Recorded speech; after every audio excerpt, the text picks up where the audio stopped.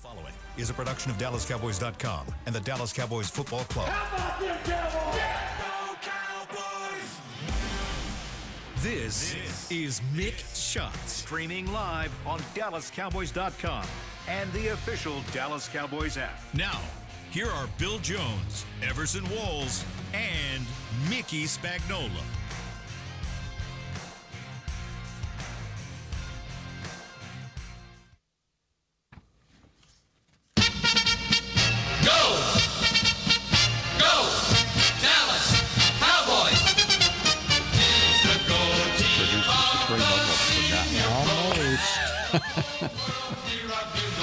Almost forgot. Kind of a false start on the part of, it was a late start on the part of Producer Supreme, who had the line of the week earlier this week. It is time to get fired up for some football. It's a fabulous Fight Song Friday here on Mick Shots. Mickey Spagnola's got his Mizzou gear on. That's right. And Everson Walls is not in the house. We are joined today by Nate in Frisco. And Nate's got, what? Let me see that T-shirt there. It's the HBCU Legacy Bowl. Yes. The Black College Hall of Fame. Yes. That's right. Nate in Frisco is here to join us, and we break down Dallas, Washington. How y'all doing? I'm doing great. I'm good. I'm excited, man. There are football players on the football field going through a walkthrough right now. Yes, I'm excited. Looks like they're wearing their white helmets. They've been doing that every Friday. Have they? Yes. To get them ready for Thanksgiving. Nah, has nothing to do with that. Producer Supreme's got the inside story. You want to know why they wear white helmets on Fridays? Don't know.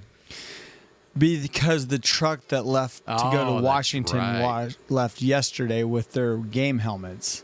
So they put on their other helmets for the Fridays. So and it's Saturday on. practice. It is on road game Fridays. They wear their white helmets on the field. But does it serve a dual purpose? Well, they have to get them fitted for those games. Yes. Yes. So yes. So it's a dual purpose. It's a dual purpose, but that's why you'll see them with their white helmets. You know why Producer Supreme knows that the truck left for Washington last night? Bill knows. Bill knows why. Did he help load it? Yes, he's part of the process of loading the truck. He gets the TV department's equipment on the truck. It's got to be down there by a certain time yesterday. And the reason I know this is he was doing something for me, getting something ready for me to be picked up by my photographer, Bill Ellis. And the great Bucky Buchanan let me know, you need to start getting your stuff down here in a hurry. So we just pulled back the curtain there and let you know. But I don't know that a lot of people knew that there's an equipment truck that has to go in advance on these road games. Because it can't all fit underneath the plane. Mm-hmm. It can, but it alleviates the process when we have to leave. Big story in the morning news today about SMU having to truck all their stuff to away games and how many miles that truck has to drive. And how much NIL money they need for that. Yeah. When they played Nevada round trip, 3,300 miles to get their equipment there. I saw a different story, Mick, that had the University of Miami having to go to, I believe they went and played Cal, was it?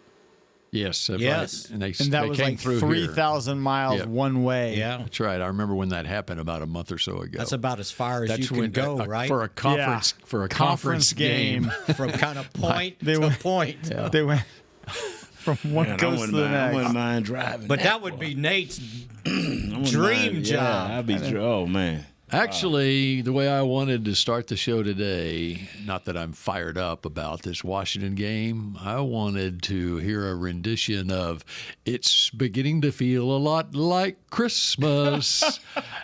Because of what we've got going on tonight at the Star in Frisco, as Santa arrives tonight, we got our big Christmas tree lighting ceremony, but mainly because of what happened last night. And I got to watch some snow football. I was texting friends and relatives, go to Amazon Prime because we got some snow football. It happened all of a sudden, just starting the fourth quarter of that game. And what, Nate, you like playing in that stuff? No, sir. No, don't want nothing to do with it. No. Oh, you don't like the atmosphere? No, sure don't. Every love time watching I it. see snow or brutal cold, it all equals up the losses. It's the dumbest thing ever. Yeah. Oh, I love watching it. Get a roof. Nah, it's an advantage. Some people think it's an advantage for their players and for their. They don't play in the snow. They don't practice in it, the snow. but they think it's an advantage. So Just because you live in it. yeah, I don't know. Oh, it's a beautiful thing, unless you have to drive. Did you ever get to play in the snow? Well, yeah, in the front yard. Occasionally it would snow. When? It occasionally Like once snows in in your Texas. Has it snowed since you lived here in Texas for the last 40 years, Mickey? But I meant when you were a kid, right? Well, the weather hasn't changed. Oh, yes, it has. It would snow I occasionally. think in Florida, in my period of growing up, twice. Yeah. Yeah, and I was man. Really? Nah, and I did not dig it at all. We dug it. We dug out of it. Yeah, nah, man. No, I don't want any part of the Chicago. But We used to keep the snow shovel inside the house, so in case the drifts were over the front door, we can shovel our way out. Wow. so did you watch the end of the game? I did. Okay, what did you think on the goal line with about a minute left and Cleveland scored the go-ahead touchdown? Right. It looked to me like someone was letting a team score. Oh, I guess I didn't consider. I They wasn't. didn't talk about it on the broadcast. But I'm Concentrating sitting there, on and that. now you can't get your footing very well down there, as we know from the Ice Bowl back Right. in 1967. But there was a minute left, and they were not going to stop them. The Steelers were not going to stop them once they got to Right. the 1 yard line. Right. Your best chance of winning that foot, and the Browns were not going to kick a field goal either. They were going to try to score the touchdown. Yes. Because it was the better chance of with footing and everything to score the touchdown. Although But it didn't look. It just did not appear to me that the Steelers put up a whole lot of resistance on that touchdown. I mean, it's crazy to think about, but you still had a minute left, and they were actually scoring more points once the snow started coming down in that game than they were earlier in that game. So you think the offense had a I advantage? think that it came down to the point that they felt like they had a better chance to win the game if they let them score and we get the ball back. That's just me. It wasn't a very. Probably wrong, but that's just the way it looked to me. It wasn't a good Hail Mary, was it?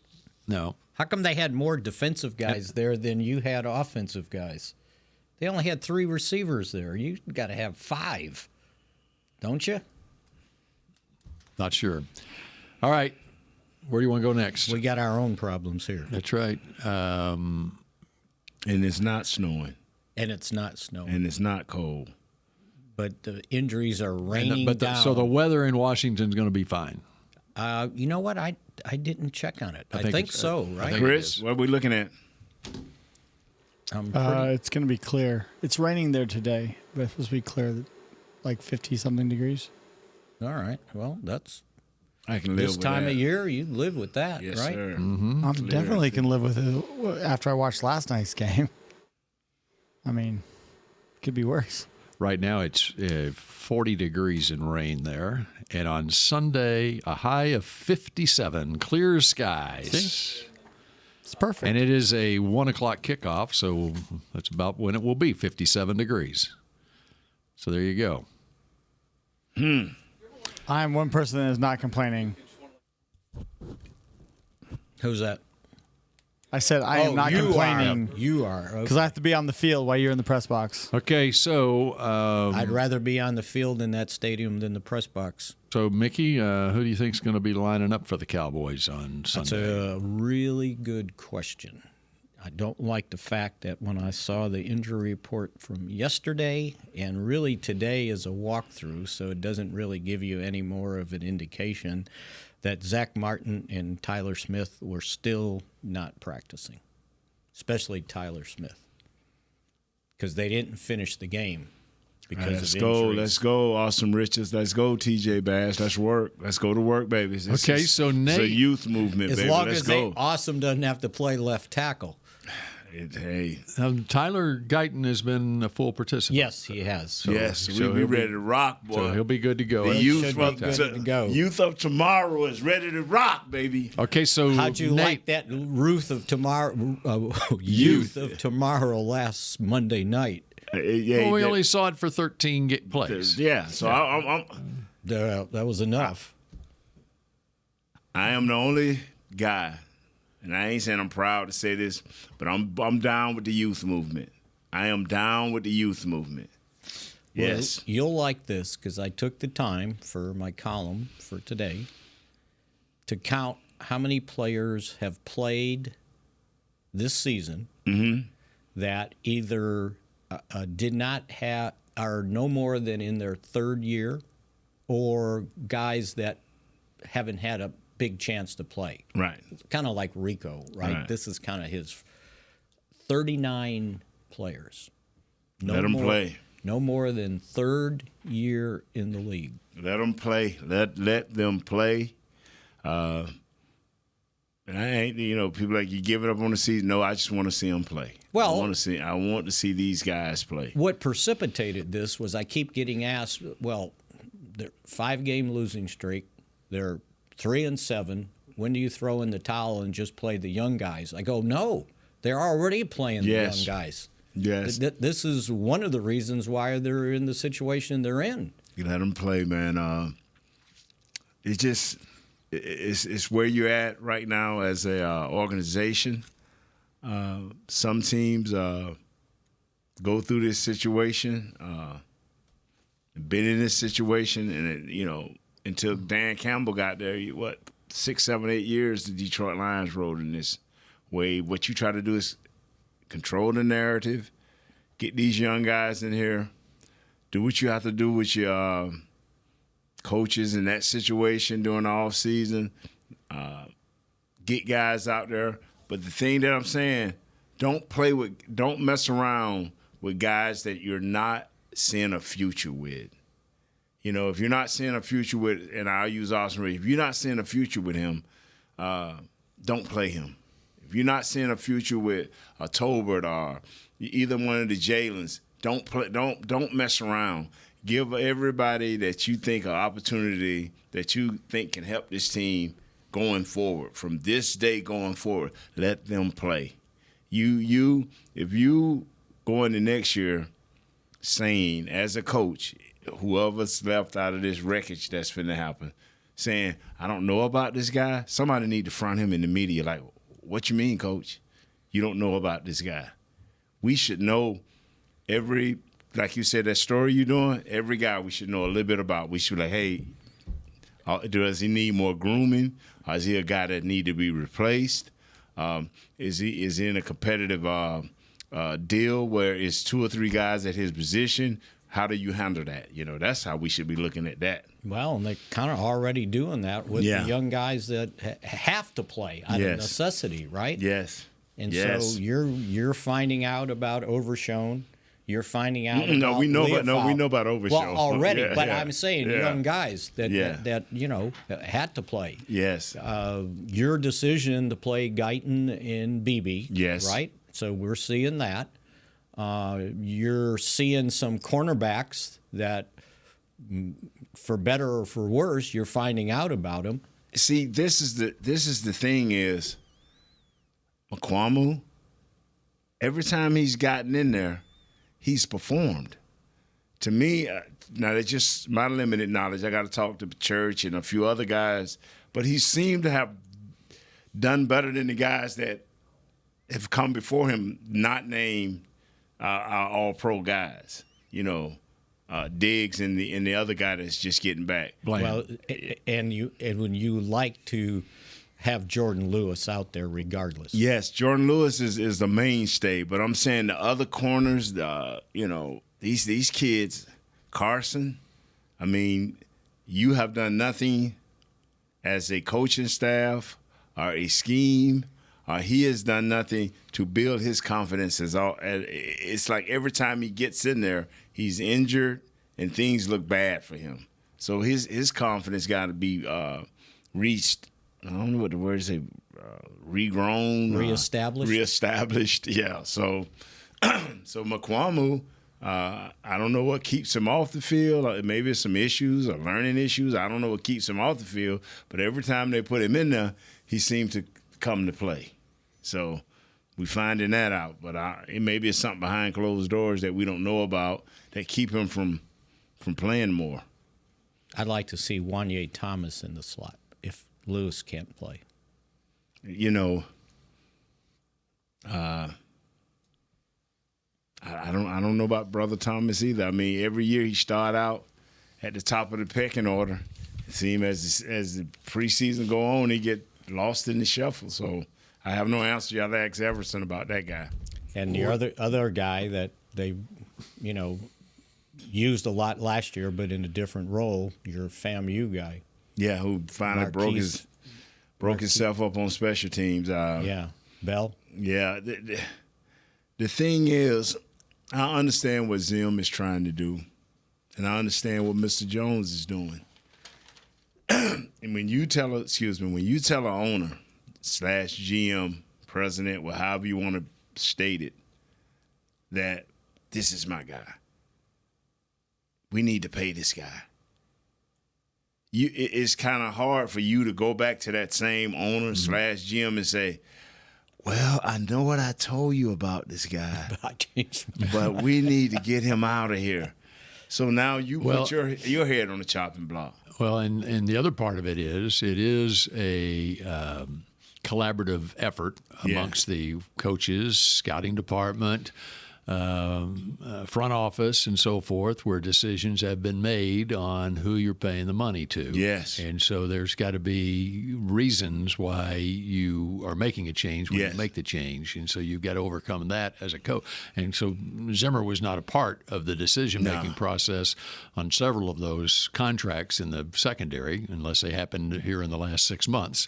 And so for even a veteran coach like him, he's got to – when he makes a decision like that, it's got to be based on something, Well, whether it's an injury, whether it's poor play or something. And think of it this way: some of the guys they brought in at the last minute, those veteran guys, Jordan Phillips, he wasn't doing anything.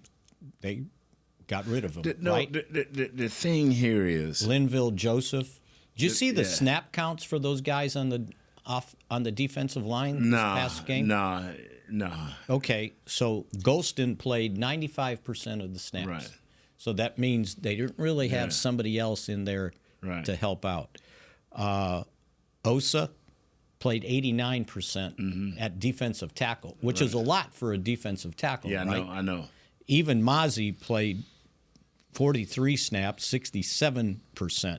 And Micah was at 95%. Micah was at, And so these other guys, Lawson, 15 snaps, Linville Joseph, 12, Carlos Watkins, 10.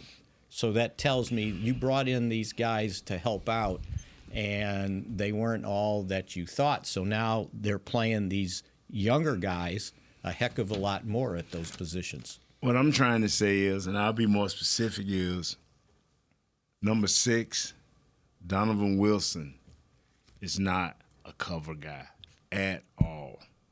But you gave him a lot of money. Mm-hmm. So even if Coach Zim says, you know what, Mr. Jones, this guy cannot cover. I have to do this, this, and this. Collectively, as the words you use, may not be good enough for Mr. Jones to be like, hold on now. Somebody got to come with a little better conversation than this.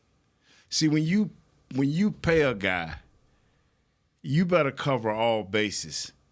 And what I mean by that is you either keep the old coach that knew how to use him perfectly, or you let the new coach do what he need to do regardless of the price.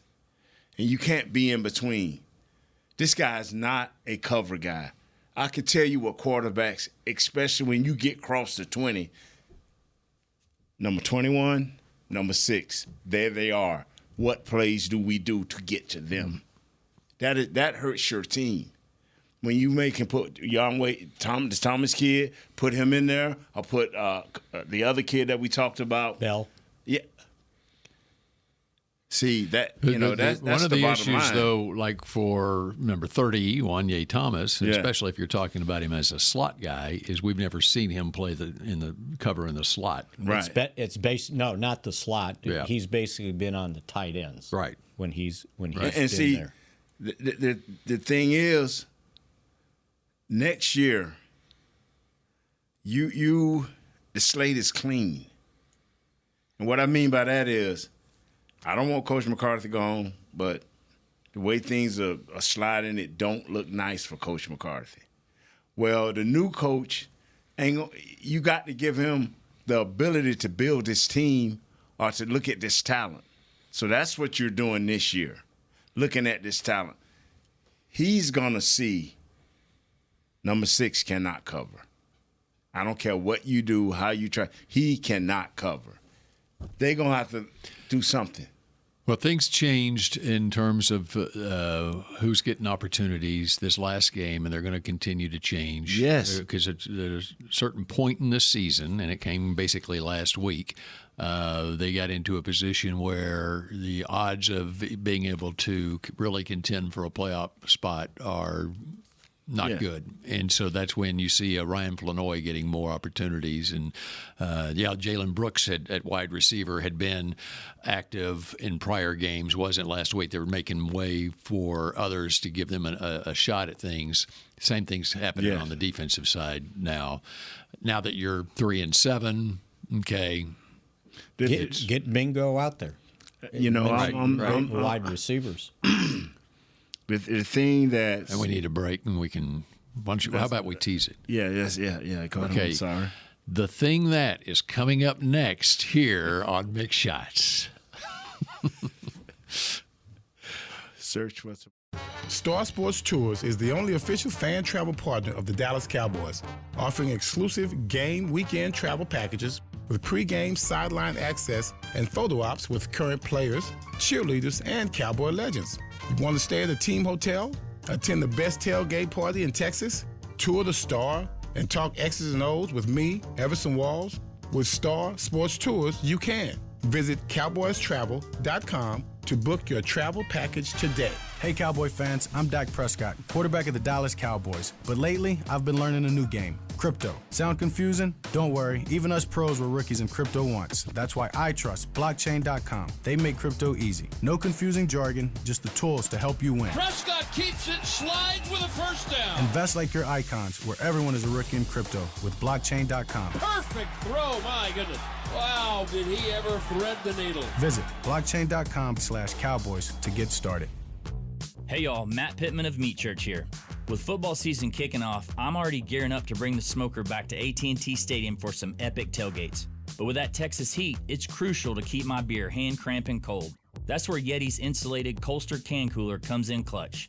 This year, you can even get them with the iconic star engraved on the side. Licensed Yeti Cowboys gear is now available at Stadium Pro Shops, concessions, and on Yeti.com. Check it out today. Yeti, official cooler and drinkware of the Dallas Cowboys. The Medal of Honor is our country's highest military award for valor in combat. More than 40 million individuals have served in the armed forces since the Civil War. Fewer than 4,000 have received the Medal of Honor. The National Medal of Honor Museum will be a place to preserve these legacies and inspire America. It's being built right next door to the Dallas Cowboys in Texas. Help us honor our country's greatest heroes. Learn more and get involved at mohmuseum.org.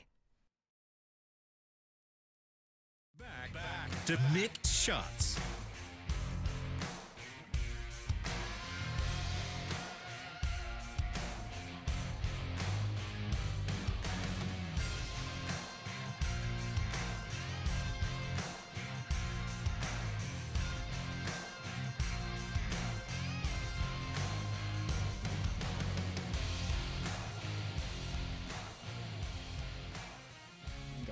Cowboys Nation, it's time to get the giving season going. Tune in to see country music superstar Lainey Wilson and a special guest perform during the Salvation Army's annual Red Kettle Kickoff halftime show this Thanksgiving on Fox. Every donation stays in the community to provide help and hope for those in need. So tune in to watch the Cowboys, Giants, and Laney Wilson this Thanksgiving and give today at SalvationArmyUSA.org. And by the way, Daniel Jones will not be a part of that Giants roster that's headed here to play on Breaking Thanksgiving. news. It was the breaking news today. You could see that coming all week. Yeah. When we've talked about it yesterday, I think it was. He's got $23 million guarantee in his contract if he was healthy in March. So they made the decision not to play him, and they signed a practice squad quarterback this week, Tim Boyle. So they had 4 on his roster yesterday. He was lining up with a scout team jersey on, playing safety, and he had a press conference yesterday. Why would they do that to him? You know what? I don't know that they... Or maybe he wanted to? You know what? I was thinking that I think it was a great play by an agent. So he could get released? And everybody knows now, right? And I wouldn't be surprised if he went over and said, hey, I'll line. He volunteered to do it, knowing that then he's doing a press conference later that day, which he said all great things during the press conference. Right. And now he asked for his release, and he's getting his release. And by the way, there are teams in this league that are in playoff contention that now he's got to clear waivers, but once which he will. I don't think he'd get claimed. Do you think? No, he's $23 million. Yeah, he's got and also. It's just what's left on his contract this year, which I think might be $14 million in base this year. So he'll clear waivers, and then there are teams, and I'll throw out the Minnesota Vikings as a team that they've got Sam Darnold, and Darnold has recently been throwing some picks, and there are teams that are in playoff contention that could use a veteran backup quarterback in case their starter goes down, and. Well, somebody there will definitely be a market for him. Look at the team's backup quarterbacks. I'll guarantee you he's better than more than half of them. I think it will be a competitive market for him, for teams that are headed for the playoffs this year, looking for a backup quarterback. Nate, and they can get him at the same money that Pittsburgh's paying Russell Wilson this year. Right. So. All right. There was something else you were going to next, Nate. I kind of forgot I'm old, man. I'm old. My mind is shot that y'all brought up the Daniel Jones thing, and I kind of want to laugh because, I caution fans. Remember now, 3 weeks ago, Daniel Jones wasn't good enough to take out your trash. That's right. Now he's got value. Now he's got all the value in the world. You got to remember the same way, 4 weeks ago, Cooper was the best thing in the world. Now, you want to see Trey Lance. The best thing about being a backup quarterback, as long as you don't have to play. Yeah, so I. But he's better than most backup quarterbacks. All I want to say is this right here. They went out and tried to draft and failed miserably with their offensive line over the last 6 years. They tried. You're talking about the Giants. Yes. They failed miserably. Yes, they did. The only thing you had was Barkley saving this kid, and you let him walk. So I already knew that, and everybody should have knew that was the end of Daniel Jones. Because now the asset that he had in his legs is the only asset that he has now. And he's scared to run because he don't want to re-injure himself. So everything about the Giants organization that I used to admire, man, I'm telling you, losing can take you down it can put you in a bad spot. And the losing over the years are putting the Giants in a bad spot. Mm-hmm. And so that's why I say you try to control the narrative. You don't want to go through this a long time. Your fans don't deserve it. It's hard as a media type, especially a homie like me, to try to find something every day. I mean, I depend on you, Bill, a lot. I depend on Shannon on the other show a lot to bring something new to the table, because talking about losing. Let me bring this to the table. Last night in that Pittsburgh game, you saw Russell Wilson in the game, and then you saw, after it started snowing, Justin Fields came in the game, added a little run element because they needed it at that point. So going forward with this Cowboys team and the quarterback situation, and it's been talked about from Jerry Jones to Mike McCarthy to Brian Schottenheimer about packages that could be in place for Trey Lance, even with Cooper Rush as a quarterback. Can something work along those lines? Going forward the last 7 games of the season where you could have a dual quarterback situation here at all? I think at least the next 2 games you put a package together for him to put him in there and change it up, let him use his legs, let him run. Gives the defense a different look because of his run threat. Give him something else to think about and something else to take up time the next week practicing to prepare for it. Whatever you do, make it definite. And for Trey Lance, I don't want to see this kid play, but if you're going to play him, the run pass option is either there. You either can throw it or you take off. So you're simplifying it. Yeah. Do not give him multiple reads. No. I'm not a quarterback coach, and I don't understand all the intricacies. Intricacies? I don't understand all of those. I don't understand all of those because it's even hard for me to say that word. But don't get this dude multiple options. You know what burns me? When I hear people say, well, guess what? He ain't played this in college. He ain't played this with the 49ers. If he ain't did all of this, why would you give him multiple options? Mm-hmm. Give him something definite. Right. This is either here or this is either here. Take off, son. And this could be, and I'm not just talking the next 2 games. People want to say, well, just give him the full load at a certain point this season. Be ready. It's the best interest of him, the quarterback, the team. is also becomes the best interest of this team. Yes. You can use these last 7 games. You try to figure out the best way to get Trey Lance in position where he can be in consideration to be this team's backup quarterback next season going forward on a new contract. Well, because the reason I know it can be done because when I talked to Isaiah Stanback, and he was telling me about the kid that's with Pittsburgh, the backup now. Justin Fields.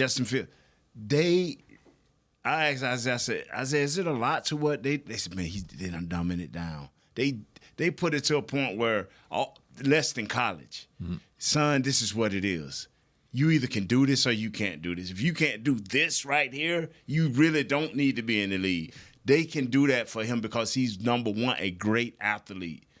That's the advantage of being a great athlete. Now, he may not have the experience or the technical knowledge right now or the intellect right now to read multiple things, but this is what you do. That's what they do in college. And that's what psych out guys when they get to the pro. Like, in college, he did what? No, it was his athletic ability that did all of this. Out here, it's a little bit more with these grown men. But just 1 or 2 things, do this, or either take off. And if you think about it, after Thanksgiving, now they don't do anything Friday, Saturday, Sunday after Thanksgiving, but the next game is a Monday night game. So now you've got 8 or 9 days to prepare. And will they get punished if they say, son, we're trying to put something together, can you come in on extra? Can you give us some extra time with that? Will the league punish them for asking them to do that? They can't. There are rules against it. that now, but players on their own can do whatever. They technically can't. Technically, you're unable to be working with coaches in an environment. That's why you hear at training camp. Remember at training camp the hours. But remember, I remember the hours. Yeah. But remember at training camp, they get on the bullhorn and Cable would say, "Coaches off the field, coaches off the field," because there's only a certain number of hours during the day that coaches can work with players. But but a player can go to the coach and say, "I need help," and then that knocks the rule out. So if I'm that kid, I'm going to the coach because if you putting packages in and I understand what you're trying to do. The more I can see it on film, the more I can visualize it, the better off you're going to be. He can play with the speed of the game as long as it's definite. Mm-hmm. You see that even when they have him in practice. When he knows what to do, he's good. But when he has to sit there and things fall apart. And what you're saying is exactly what's been done with all the young quarterbacks who come into the league every single year, from Dak Prescott in 2016, Brock Purdy with San Francisco, the 49ers did the exact same thing, Russell Wilson with the Seahawks. The difference being for those quarterbacks is they had very good teams around them when they came in as rookie quarterbacks. C.J. Stroud last year with the Texans, they had built that thing with some veteran players around him. Nick Caserio did, and they kept in 40% or 50% of his college plays that he did well. They prepared the team for when they get that young quarterback coming in here. In contrast, Carolina hasn't been able to do that, and that's where Bryce Young got thrown to the wolves, and other quarterbacks who have come through there, from Baker Mayfield to Sam Darnold. They've never had that foundation built in Carolina for any quarterback, much less a rookie quarterback, to come in there. And so that's where the Cowboys are right now, where due to the salary cap limitations and so forth and how inexperienced and injury-plagued this team is right now, they have to simplify it even further for a young quarterback who doesn't have much experience. Well, look what Denver's doing now with Bo Nix. You know what? Don't bring that. That's a sore spot with me. Why is that? Coach has been there how long, Sean Payton? Second year. His first free agent signings were 2 offensive linemen. Mm-hmm. And everybody, what is he doing? What is he doing? He's building a team. That's right. So when he gets a quarterback, it can be protected.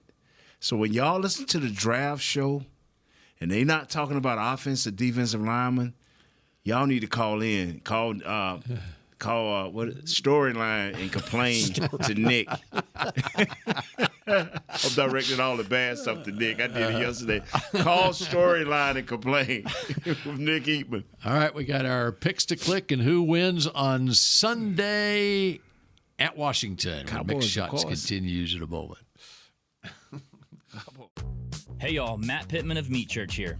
With football season kicking off, I'm already gearing up to bring the smoker back to AT&T Stadium for some epic tailgates. But with that Texas heat, it's crucial to keep my beer hand cramping cold. That's where Yeti's insulated Colster can cooler comes in clutch. This year, you can even get them with the iconic star engraved on the side. Licensed Yeti Cowboys gear is now available at Stadium Pro Shops, concessions, and on Yeti.com. Check it out today. Yeti, official cooler and drinkware of the Dallas Cowboys. Hey Cowboy fans, I'm Dak Prescott, quarterback of the Dallas Cowboys. But lately, I've been learning a new game, crypto. Sound confusing? Don't worry, even us pros were rookies in crypto once. That's why I trust blockchain.com. They make crypto easy. No confusing jargon, just the tools to help you win. Prescott keeps it, slides with a first down. Invest like your icons, where everyone is a rookie in crypto with blockchain.com. Perfect throw, my goodness. Wow, did he ever thread the needle. Visit blockchain.com/Cowboys to get started. Star Sports Tours is the only official fan travel partner of the Dallas Cowboys, offering exclusive game weekend travel packages with pregame sideline access and photo ops with current players, cheerleaders, and Cowboy legends. You want to stay at a team hotel, attend the best tailgate party in Texas, tour the Star, and talk X's and O's with me, Everson Walls? With Star Sports Tours, you can. Visit cowboystravel.com to book your travel package today. Cowboys football and Miller Lite. What a pairing. Can cracks at kickoff. Tailgates going way past postgame. Sunday night overtimes followed by Monday morning swagger. Brisket in the smoker. Miller Lite in the cooler. America's team playing America's greatest sport. Miller Lite, the only beer of the Dallas Cowboys. Dallas Cowboys football tastes like Miller time. Celebrate responsibly. 2023 Miller Brewing Company, Fort Worth, Texas.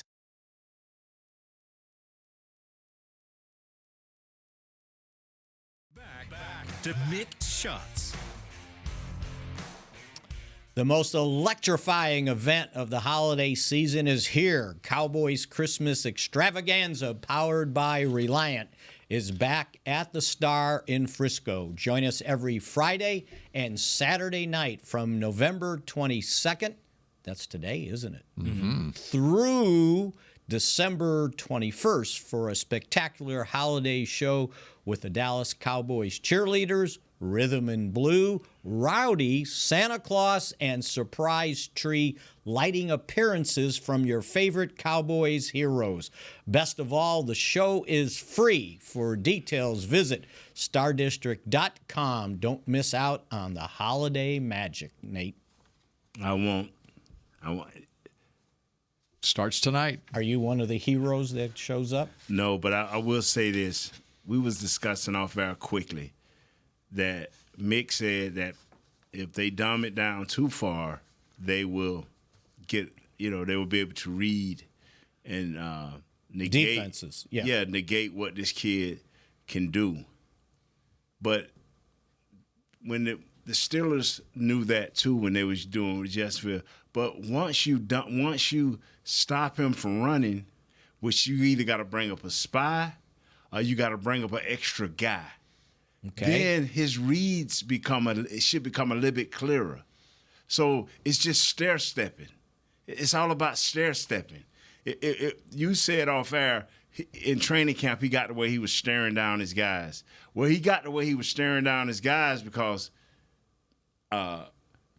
they was telling him, throw to this guy, throw to this guy. Well, it's up to him to do that extra film study. That's why I asked you guys, is it a problem with him going to the coach saying, hey, coach, let's go over this again. And if this happened, what can I look for? I don't know how he learns, whether he can visualize things, whether he got to look at film before he see it, whether he got to get on the field and see it. I don't know how he learned, but you have to try to cover every base, especially when you're talking about a quarterback. You got to try to cover every base. And if you're going to play this kid, which I don't want to see him play, but if the fans and everybody need to see this guy play, you got to give him every opportunity. And you got to help him in every way you can. And if that's extra work, taking a chance with the league coming after you, well, do that extra work. But don't throw him out there and just get him killed. Right. No, I absolutely agree with that. Okay, Mickey, on the injury report yesterday, as you know, CeeDee Lamb was listed as a DNP, did not participate in practice. I didn't like seeing that. With a back/foot injury. And Mike McCarthy has just had his conference call with the media. Okay. And you want to hear some breaking news? What's that?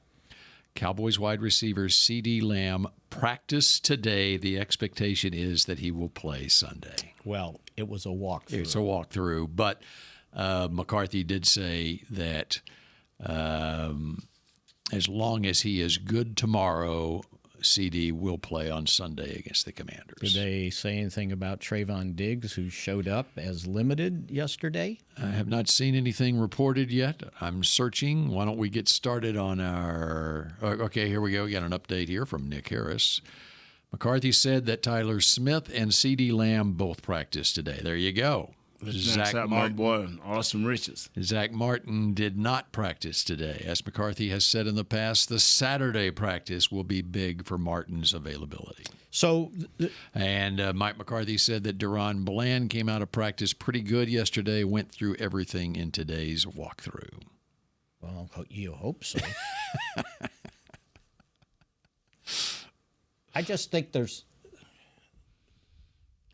I'll tip my hand on picks to click or whatever, but you don't know for sure about Bland. It seems optimistic, right? You don't know for sure about Tyler Smith. He didn't practice the first 2 days, right? Zach Martin looks like they may be giving him a game, but you don't know. Marshawn Nealon practiced on a limited basis, but he hadn't played in a month or so you don't know there if he's coming back. I feel kind of good that Brandon Cooks is going to make it back, just talking to him. But as you know, Nate, and the same thing with like Jordan Lewis, players never say they can't play. Right? That's right. Somebody tells them you're not up. Right. By the way they've practiced. So there just seems to be so many things that are uncertain going into this game, and uncertain with very valuable and necessary players. It's just kind of a cloud hanging over this team. Yes, sir. The Cowboys have 25 minutes late in the fourth quarter of time of possession. They can win this game, because every team that has dominated the Redskins have had 32 minutes plus of time of possession. There you go. They've ran the ball at least 40 times. Those are their last two losses. Both teams ran the ball at least 40 times. Pittsburgh for 140 yards, the Eagles for 228 yards, 5.2 average. So if we can find a way to run the ball, and those are the packages that I'm hoping that they would give this kid, Trey Lance, some packages where it's just a run option pass, and now you got to deal with that. You got to deal with that, and especially with your offensive line beat up the way they are. Right. You do not want – please, if somebody can blast this out, you do not want passing situations in this game. Like Cooper Rush throwing the ball 55 times. That will – we will see Trey. If he throw that ball 45 times, you will see Trey Lance the rest of the season. Because Dante Fowler, Frankie Louva, Jonathan Allen, not Jonathan Allen. Deron Payne, they will feast. Yeah. I'm letting y'all know that cannot happen.